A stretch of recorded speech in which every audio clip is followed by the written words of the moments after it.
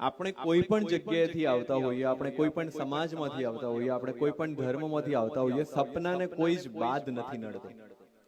અહીંયા બેઠેલું કોઈ પણ બાળક એવું સપનું જુએ કે મારે આવનારા સમયમાં આઈએએસ આઈપીએસ બનવું છે, કે એક સારા સાયન્ટિસ્ટ બનવું છે, કે પાયલટ બનવું છે,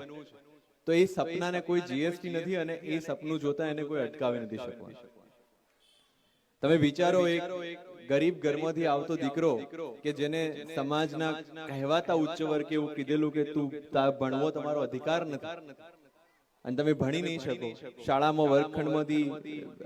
બેઇજ્જત કરીને બહાર મોકલી દેવાનું, ગાડાવાળો ગાડામાંથી ઉતારી દે જ્યારે એને ખબર પડે કે આ એક દલિત સમાજમાંથી આવતો દીકરો છે અને એ જ્યારે સમગ્ર સંઘર્ષોમાંથી પાર ઉતરીને પોતાના પરિવારથી દૂર જઈને વિદેશ ભણવા જાય છે, દીકરાઓ બીમાર છે, ઘરનો ખર્ચો કઈ રીતે પહોંચાડવો એ ખબર નથી, પણ એકમાત્ર લક્ષ્ય કે વિદ્યા અભ્યાસ. અને એ વખતે